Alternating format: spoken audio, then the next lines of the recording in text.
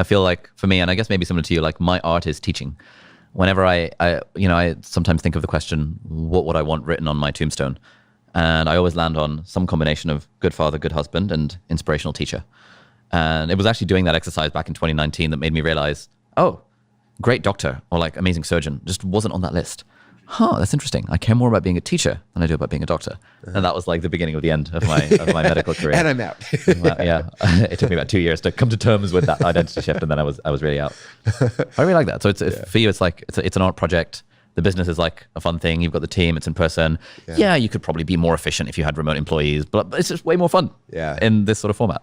I get energy from people and all that kind of stuff. Yeah, for sure. That's super cool. Anyway, interesting. Actually, I don't know if Jake's still here. Jake's one of our designers, but he worked for like 5 years designing tombstones for people. So I've literally told him, I was like, one of your projects is you were going to design my, so I keep thinking about like, what's going to be on my tombstone? What's going to look like? Like, because for me, it's like, I have areas of my life, like father, husband, wrestler, so like, I think about that way too much. It's like, how am I gonna have Jake design my tombstone someday? So anyway, you could have him design yours too if you want. For you, how much do you care about kind of legacy beyond your life versus just like focusing on doing cool stuff and being a good dad and good husband while you're alive? Yeah, so for me, it's really big for a couple reasons. I'm big into personality profiles and stuff, and like if you do when you do disc profile, they have ones called values or motivators, and my number one motivator is ROI, which I always thought meant like return on investment money, but it's not. It's like ROI on any situation. It's like, it's why I struggled in school, like sitting in school, like what's the return? I can understand like the return on this investment, right? Or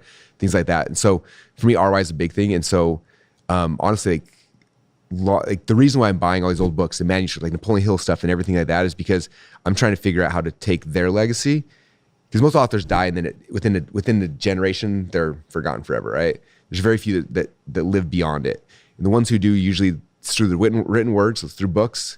And then there's something in place. So like I'm trying to build something where I can bring Napoleon Hill, but also these other authors no one's ever heard of or forgotten, and like bring them back to the foreground. And I'm trying like to extend their legacy. I bought Dan Kennedy, my mentor's company, so I can extend his legacy.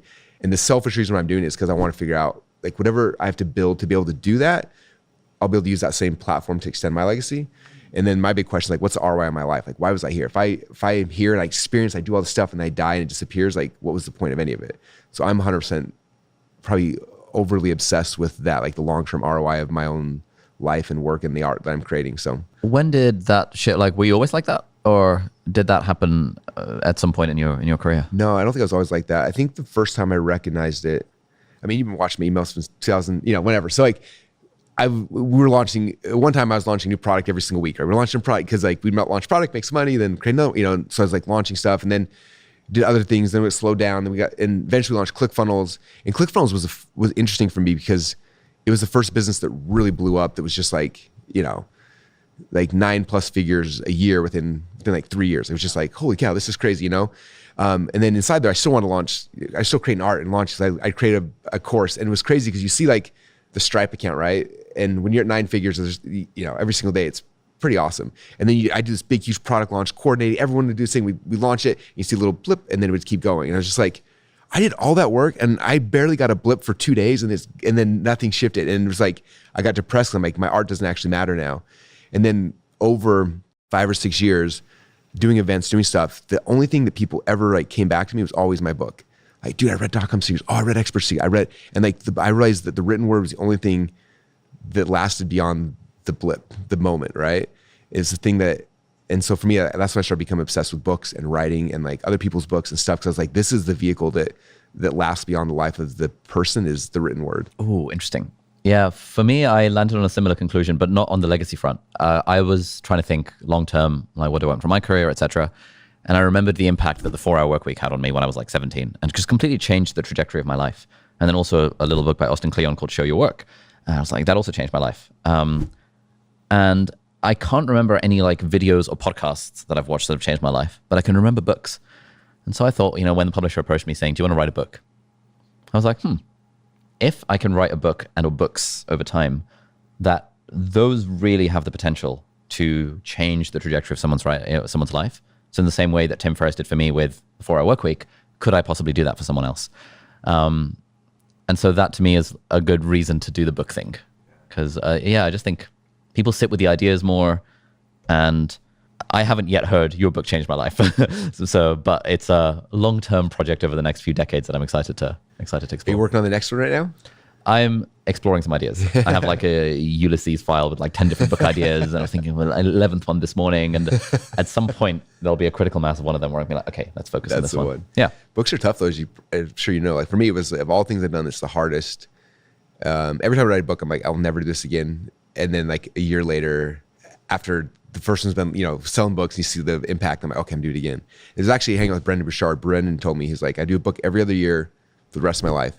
And finally I was like, okay, I'm going to do the same thing. So of course it's been 4 years since my last book. Because I'm struggling with my next book. It's been a lot harder to write, but anyway. You mentioned in a video recently that you're working on a next one. Can you share more details about it publicly, or is that it's my first personal development book, which is what got me down this whole path of buying 18,000 books. Like, because personal development's meant the world to me, but I don't want to write something that I don't want to write something everyone else has written, but I also want to understand it at a different level. Because how most experts are nowadays, like they saw something on TikTok and they're regurgitating it as their own the next week, right? Like I want to go back to the sources and figure out stuff. So that's the book, but man, it's turned into a bigger project. And also it's like when you start writing a book about success and personal development, like then all the demons start coming up. Like, who are you to write this? Like, what's like, do you know about these things in your life? Like if people find out about this, like, it's like, yeah, I've been successful here, but not here. Here I struggle here, anyway. So it's been an emotional, like hard journey for me to create. I literally signed the contract to publish 4 years ago, and they messaged me yesterday again. Like, they asked me if the manuscript's gonna be submitted this month. I was like, I'm still in chapter 1. Like, I don't. So I'm just in this big, deep research phase. It's been super rewarding for me though to go and like read these things and see again, like what Napoleon Hill was writing, 100 years ago. What was Orson Swett Marden writing at the beginning of the century? What was like, just all that kind of stuff is really fascinating. And it's fun because back then, like people had these ideas that they were wrestling with, but there was no like scientific proof of it. And nowadays we have these same ideas. A lot of them have been scientifically proven, or some had been disproven. But it's just kind of fun because it's like trying to take like this old stuff, but like match it with what we know is real, and then create something new and unique out of it. So that's why it's taking me so much time. It's interesting to hear that you're feeling imposter syndrome about talking about success. And I'm like, well, why would you feel imposter syndrome talking about success? But interesting how it's the same thing, just at different levels. Oh yeah. I think everyone's got things that they're superpowers and they're things they struggle with. And so that's why it's fascinating. It's cool because I'm also trying to like, okay, these principles that I know that work here, they work in my athletic career, they work in my business career, the things I'm struggling with, like, can I apply them here? And so it's like almost like a science experiment on myself. Like, is this actually real? And it's been fun. So what about your next one though? Do you know of the 11 ideas, you know which one you're leaning towards or not yet?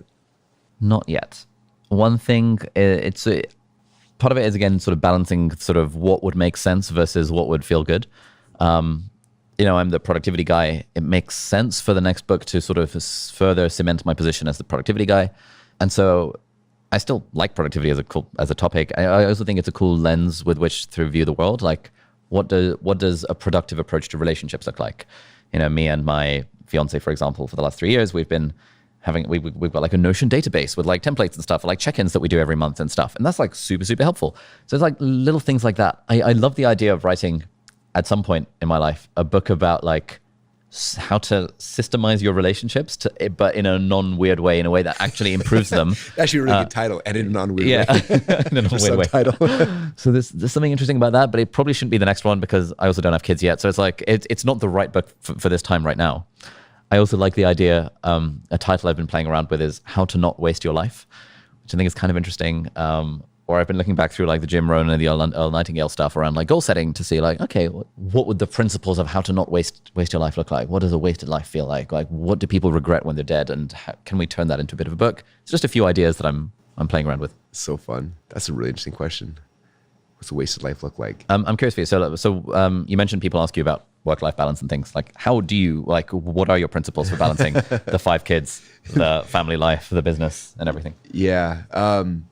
So for me, there's a couple things. Number one is like, I learned this in wrestling. Like when I wanted to be a really good wrestler, like I wasn't able to do a lot of things that other people did. Like my friends were out partying, they were having fun, they were going on dates with their girlfriends, they were doing all these things I was not able to do if I wanted to compete the level I wanted to compete, right? So like, that's one big thing that people always ask me, like, what do you do for fun and stuff like that? It's just like, like I have core like 4 or 5 things I do, but that's it. Like I don't have the bandwidth to do a lot of other stuff, right?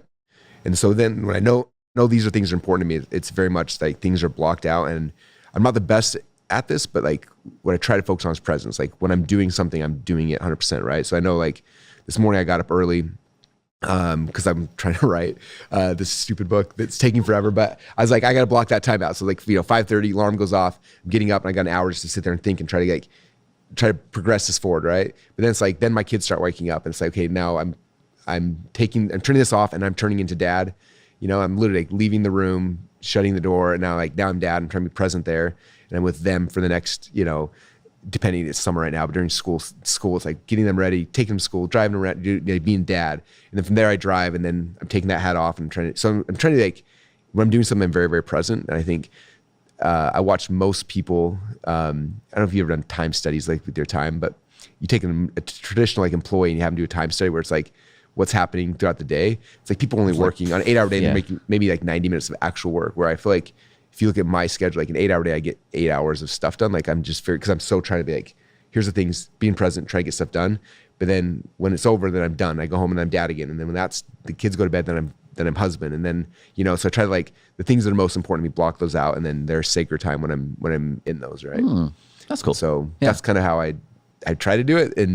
But it's tough because it doesn't leave room for other stuff, which is hard sometimes. I do a lot of those things on weekends and things like that, but it's just like, anyway. How did your approach to work change when you had kids? I had kids young. So yeah, I think I got married I was 22 when I got married.